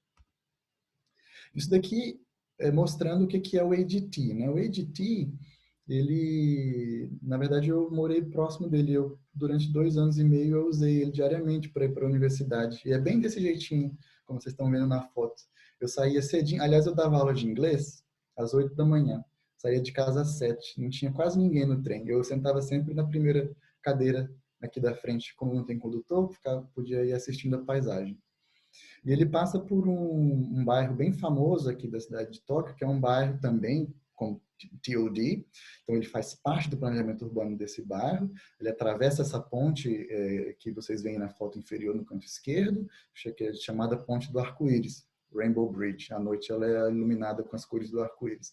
Ele atravessa essa ponte e entra numa ilha artificial construída sobre a Baía de Tóquio, que é uma ilha onde tem shoppings, tem até uma praia artificial, uma coisa bacana. Também tem a sede de várias empresas de TV. E uma famosa, eu não sei se vocês conhecem, né? Uma empresa famosa é a Televisão Food. Fez muitos animes famosos, muitos animes que brasileiros conhecem. E um que marcou minha infância, mas não sei se vocês chegaram a ver, foi esse daqui. Não sei se vocês conhecem. Se reconhecerem, mandem uma mensagem no chat aí. Sim, tem uma estátua da Liberdade lá, eu não sei exatamente, não sei qual é o contexto dela. Esse desenho é Digimon. Acho que é um desenho mais ou menos do ano 2000, por aí. E quando eu fui a essa cidade, Odaiba, pela primeira vez, eu vi esse prédio e fiquei com aquela sensação familiar, parece que eu já vi, onde é que eu vi? Até que passou um tempo e alguém me falou, não, é porque tem um capítulo dos Digimon, essa é a empresa que fez os Digimon e tal, e aí tem um capítulo que eles vêm aí tudo, e aí tem uma batalha lá com um vilão. Ai, caramba! Foi voltar à infância. O Japão é cheio disso.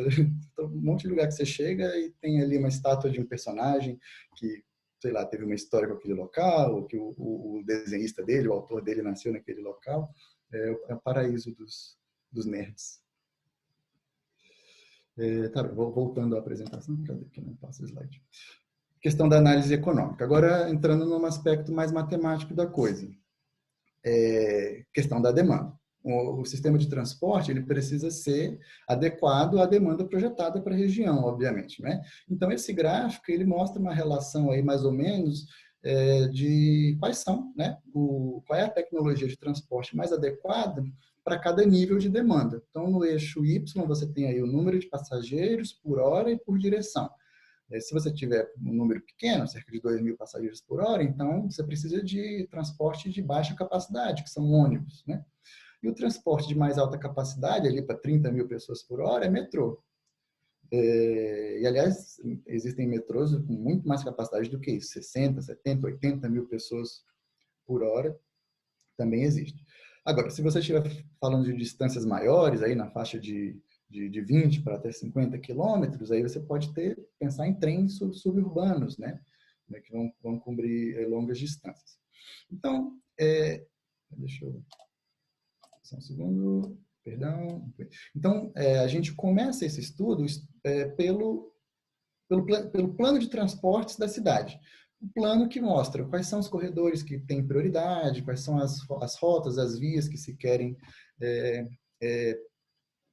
desenvolver no futuro. Então, identificamos quais são essas vias e calculamos ali, fazemos um estudo de demanda, um estudo estatístico, existe um modelo chamado modelo em 4 passos, que considera a projeção nos bairros, né, ao redor de uma determinada linha de transportes, projeção de população, aí você tem uma matriz de origem e destino, uma grande pesquisa que dá uma visão, né, de a maneira como as pessoas estão se deslocando dentro da cidade. Hoje em dia a gente usa muitos dados de localização de celular. E a gente consegue ter uma ideia de quais são as horas do dia, que as pessoas se deslocam, de onde para onde, consegue fazer uma coisa visual. Então aí a gente consegue estimar a quantidade de passageiros para um determinado corredor de transporte, para dali a 10 anos, 20 anos, 30 anos, etc.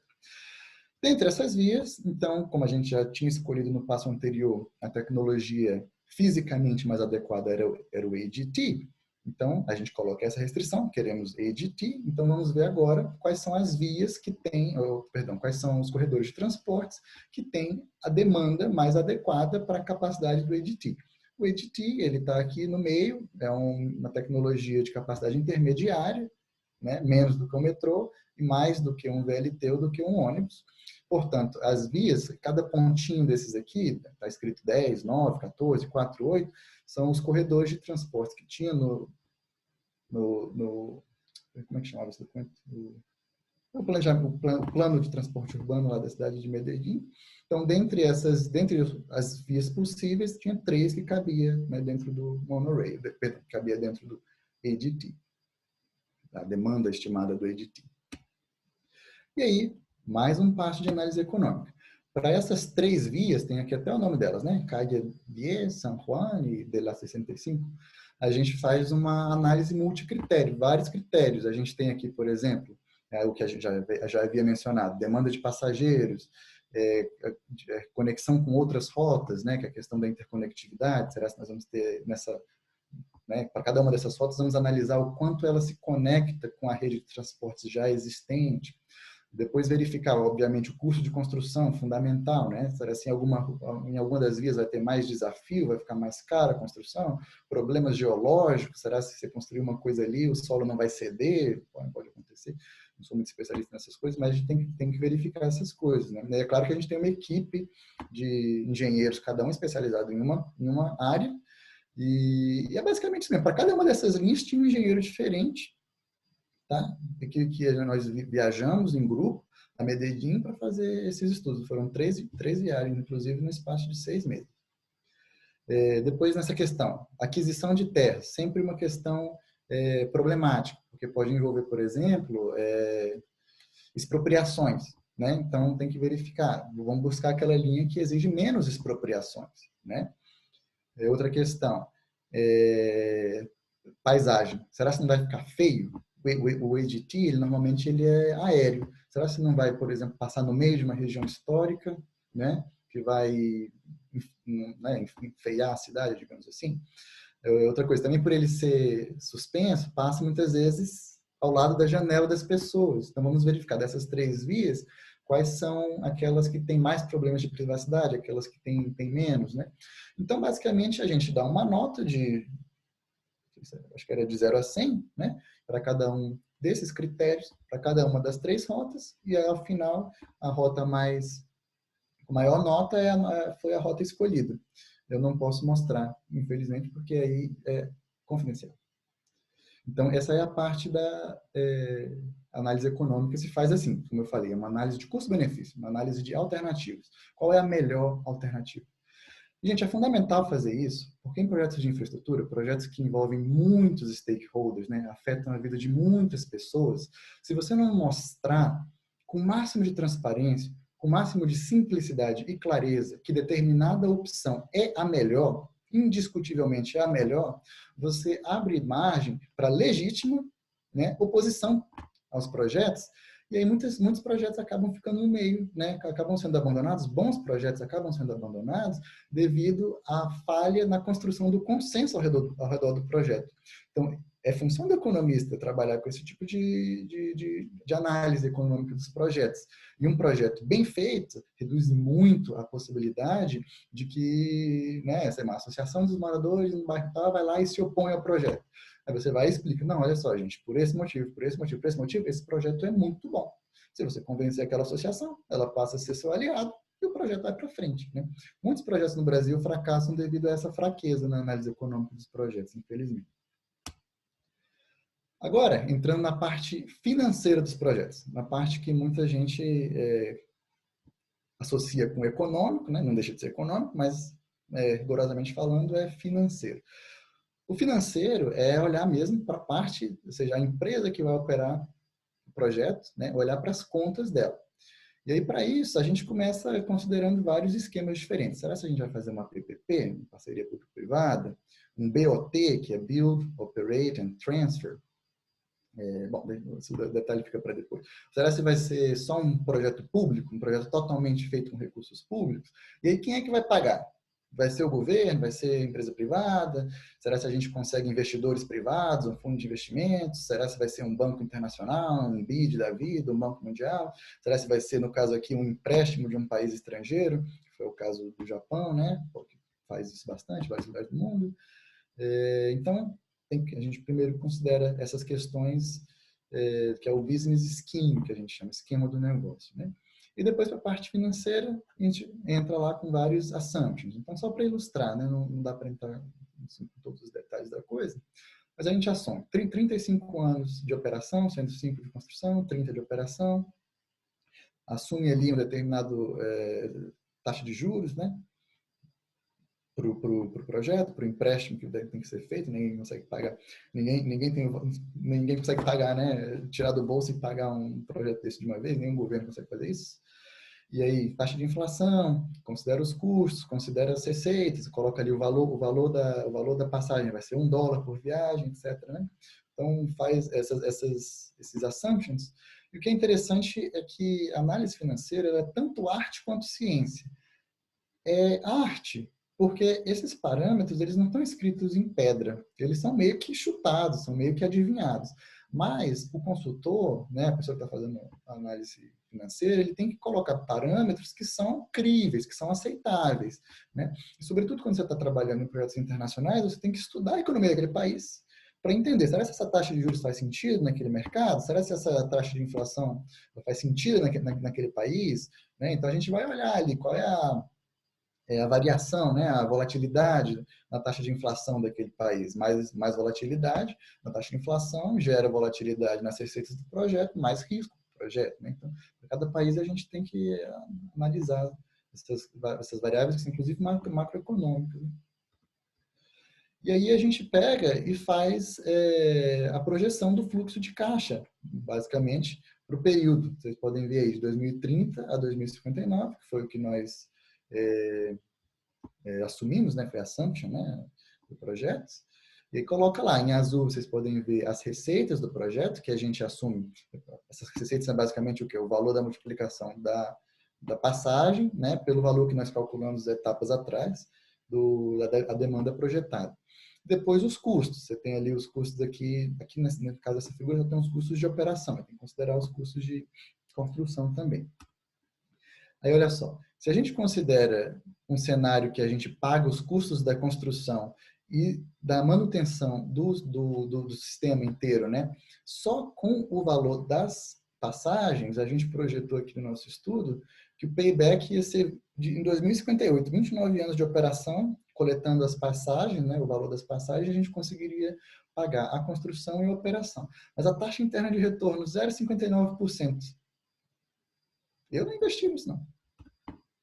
Agora, se a gente pensar, por exemplo, num esquema que a gente usa o dinheiro das passagens, né, a receita das passagens só para operação, mas a construção é paga pelo governo, né, isso é bem comum, porque o governo considera tem externalidades positivas, vamos pagar a construção com recursos públicos, né, de maneira que o valor das passagens fica só para operação. Aí, nesse cenário, a gente projetou aqui um payback de 19 anos, 10 anos a menos que o payback anterior, uma taxa interna de retorno de 5,24%. Aí já é bem mais factível, né, um investimento com essa característica. Vai ser a última. Aí, uma etapa seguinte, que eu não coloquei aqui na apresentação, é uma análise de sensibilidade, né? Sensibilidade. Aí a gente coloca ali, se a gente faz, por exemplo, choques, a gente simula 5% a mais de custo, 5% a menos de receita, né, que poderia acontecer por questões da natureza, que não estão sob nosso controle, de que maneira isso afetaria a taxa interna de retorno, né? Então, aí, para o investidor, ele pode olhar essa tabela de sensibilidade, né, e verificar, bom, parece que é um projeto sólido, é um projeto que, mesmo que dê errado, eu ainda consigo recuperar uma parte do meu investimento e tal. Então, é mais ou menos assim, a arte da coisa. Bom, então, aqui eu concluo essa parte do projeto colombiano. Luca, eu tô um pouco preocupada com o seu horário, porque eu acho que a gente talvez esteja se estendendo um pouquinho demais. Eu tô com medo que, assim, já é meia-noite por aí, quase, né? E aí, Já tá ficando tarde. não, assim, eu não sei se você se incomoda, acho que a gente podia abrir para as perguntas agora, porque acho que quando você Perfeito. apresentou um dos projetos, acho que já fica até bastante. Eu gostei bastante, na verdade, foi até melhor do que as minhas aulas de análise de projetos, eu diria. Assim, Você está dando essa disciplina, não professor? estou dando, na verdade, a sua aula aqui rapidinho foi melhor do que as minhas aulas de graduação, isso que eu quero dizer. Porque eu gostei. Sim, a sua noção de como você faz um projeto, de como você falando assim, não, você tem que ter preocupação de que o projeto esteja bem formulado, você tem que fazer isso, tem que fazer aquilo. Eu achei muito didático, gente. Muito claro. Que bom, fico contente. A minha pergunta, eu ia fazer uma pergunta depois, os meninos, se vocês quiserem começar a pensar algumas coisas aí para perguntar, eu queria começar com uma pergunta que é exatamente isso. Esse tipo de metodologia, você trabalha, você faz isso no Japão, mas, por exemplo, exatamente a minha dificuldade de, por exemplo, não ter estudado isso de uma maneira tão clara. Não é que eu não estudei, eu estudei, mas não foi de uma maneira tão clara. Isso é que eu acho que nos cursos de economia aqui ainda não é uma coisa tão difundida assim. Você vai ter consultorias aqui no Brasil que fazem esse tipo de análise, mas isso ainda eu não sei se os projetos são assim, tem a clareza que nem você colocou aqui, talvez não sei se sejam projetos desse porte, por exemplo, que você colocou aqui de um veículo, acho que é uma tecnologia que nem a gente tem aqui de verdade, né? No final das contas, como é que você sente, por exemplo, se alguém quer trabalhar nessa área, de fazer projeto desse tipo, realmente, por exemplo, a saída seria, por exemplo, ir para uma escola de engenharia, que nem você foi, ir para o exterior, que nem você foi, como é que você, por exemplo, se encaixaria, por exemplo, para tentar fazer, porque bem ou mal o Brasil ele tem muitos projetos dessa forma também, né? A gente tem uma trajetória bem de planejamento governamental, assim. Então, assim, para mim, me encantou bastante a sua apresentação e aí a minha pergunta é, se eu quiser fazer isso, assim, eu, aluna aqui, quero fazer isso e, assim, sem necessariamente seguir sua trajetória de fazer doutorado no Japão, vamos dizer assim. Tá bem, professor. Você colocou algumas questões muito interessantes, né? Em primeiro lugar, certamente não precisa ser um curso de engenharia para se aprender esses assuntos, são assuntos próprios mesmo de economia e de finanças, né? Então, nesse aspecto, minha trajetória não é o caminho, digamos assim, tradicional para trabalhar com esse tipo de projeto. Agora, profissionalmente, segundo o meu, né, conhecimento, eu conheço poucas empresas no Brasil que fazem esse tipo de projeto. Na verdade, está começando agora, né? Acho que dos últimos 10 anos para cá, tem aparecido bem mais, porque tem crescido no Brasil, né, gradualmente, a questão das PPPs, os projetos que entram com financiamento privado, e o agente privado, como eu falei, ele não está para brincadeira, né? O retorno do investimento é questão de vida ou morte. Então, é por isso que tem que ser, os projetos são feitos com mais detalhes do que os projetos quando são feitos puramente públicos, né? Então, está começando no Brasil, eu tenho alguns nomes em mente de empresas que têm feito isso, mas até onde eu sei, são empresas relativamente pequenas.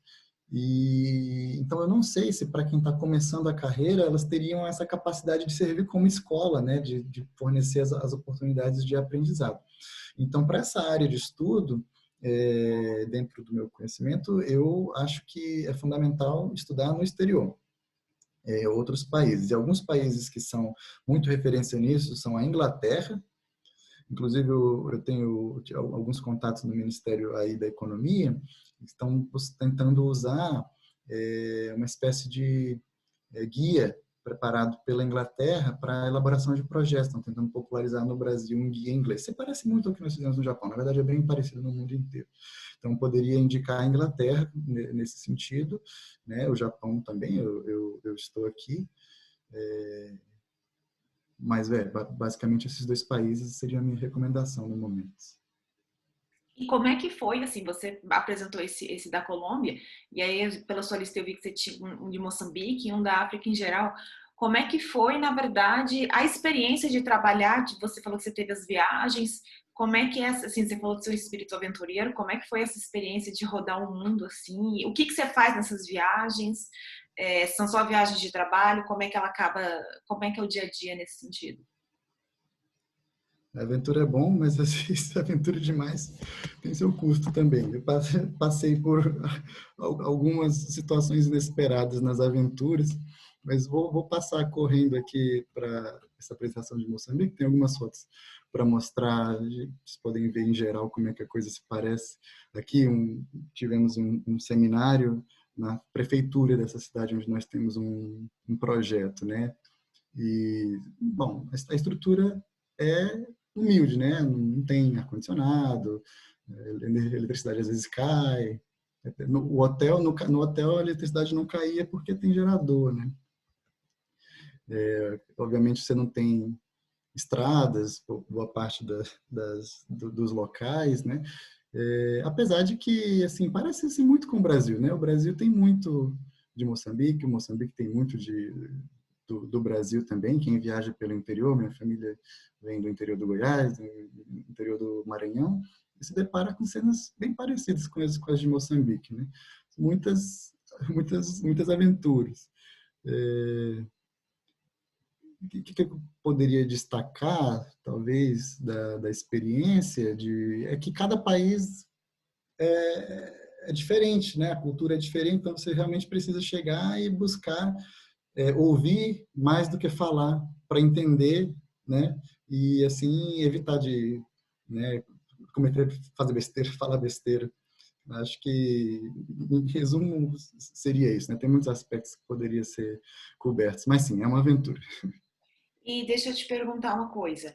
Exceto o conselho que você já fez aí, já deu várias vezes aí sobre façam PEC, né? Assim, pelo menos isso para mim ficou marcado, né? Em termos de disciplina, em termos assim, talvez estudos que eles possam fazer, ainda mais agora que está em pandemia, que, por exemplo, fazer um intercâmbio que nem você fez, talvez não seja uma coisa viável agora. O que você, assim, olha para trás, você olha na sua graduação, no seu mestrado, no seu doutorado que você fez, ou na sua carreira profissional mesmo, que você fez e fala, cara, isso aqui valeu muito a pena, ou aquilo, nossa, eu deveria ter feito isso porque teria valido muito a pena, e aquilo que, assim, não, definitivamente não precisou e eu não deveria ter feito, perdi meu tempo. Não precisa necessariamente ser um dos três, mas assim. Ah, tá. Eu acho que um tema que eu não ressaltei muito na minha apresentação, quando eu estava na graduação, eu procurei, né, talvez por instinto, talvez pelo meu espírito aventureiro, como eu falei, eu sempre procurei me jogar no exterior. Acho que talvez, né, por instinto, sabia que tinha conhecimentos que no nosso país ainda não estão amplamente disponíveis, ou não sei se sabia ou se, sei lá. E aí eu participei de muitas conferências internacionais de estudantes, eventos para estudantes. Eu tenho, tenho visto que elas continuam acontecendo e agora muito online. Então, mesmo que não seja possível se deslocar até os países, ainda é possível se internacionalizar nesse aspecto. Então, eu participei de conferência na Argentina, que era uma conferência organizada por alunos da Universidade lá de Buenos Aires. Participei no Chile também, Universidade dos Andes, no Chile. Outra conferência, Universidade de Colônia, na Alemanha. Bom, e vários aí. E eu acho que essas experiências, sempre curtas, 3 dias, 4 dias de conferência. Claro, também tem a viagem, mas a interação foi uma coisa também definidora na minha jornada. Porque trabalhar no ambiente internacional exige uma sensibilidade muito grande que é difícil de colocar em palavras, mas são várias coisas que você só aprende errando na interação com pessoas que têm uma trajetória diferente da sua, uma infância diferente da sua. Então, por exemplo, várias sensibilidades bom, pessoa desse país, melhor não mencionar esse tema, melhor não fazer essa pergunta, por exemplo, para não criar situações desagradáveis, por exemplo, ou como ser uma pessoa no grupo, né? Uma pessoa que interage ativamente no grupo, como fazer piadas no ambiente internacional e o grupo reagir a isso. Isso tudo é uma habilidade social que faz parte da nossa socialização. Desde criança a gente vai aprendendo dentro da nossa cultura. Quando a gente se joga no mundo internacional, tem que voltar a ser criança e voltar a se socializar de novo. Então, eu acho que eu deixaria essa sugestão de procurar essas conferências. E se tiverem interesse, eu posso mandar uma lista das que eu conheço, né, as que eu participei, por e-mail, e recomendo muito que participe. E depois que passar a pandemia também, né, que já está acabando, eu sempre viajei de graça. Porque uma coisa interessante é que percebi isso, né? Para quem deseja estudar, deseja aprender, não falta dinheiro no mundo, não é dos pais, sempre tem bolsa. E aí, também para animar o pessoal, né? O pessoal deve pensar, mas não é fácil, é concorrido. Significa que eu levei uns 30 nãos, mas a cada não que eu levava, eu estava aprendendo a fazer o application, estava aprendendo a escrever, né, cover letter, estava aprendendo a fazer entrevista por Skype, até que eu fiquei bom nisso. Aí, né, de 30 não, teve 4, 5 sims, e bom, é assim, né? Os 30 não ficam esquecidos. Sobre infraestrutura, só fazer um comentário, que é horrível, mas vamos lá. O André acabou de falar que começou a piscar a luz aqui em casa por causa da chuva, né? Porque Brasília tem isso, né? Começa a chover, você não consegue confiar na internet. Né? Tem dia que eu não consigo falar com a minha família. Poxa, eu moro na capital federal, mas a internet... Aí, lá em casa, eu fiquei sabendo que tem 2 Wi-Fis agora de 2 empresas diferentes, que era para tentar melhorar a conexão, e mais os 4G de telefone, mas tem dia que nada funciona. Eu tentei fazer a mesma coisa aqui em casa, porque senão não garantia que eu conseguia dar aula, não. É bem isso mesmo. Ainda fora que... Bom, é missão da nossa geração, melhorar essas coisas. Gente, alguém mais quer fazer alguma pergunta mais pro Lucas? Assim, eu tô preocupada com o horário dele, que eu acho que ele tem que dormir daqui a pouco, né?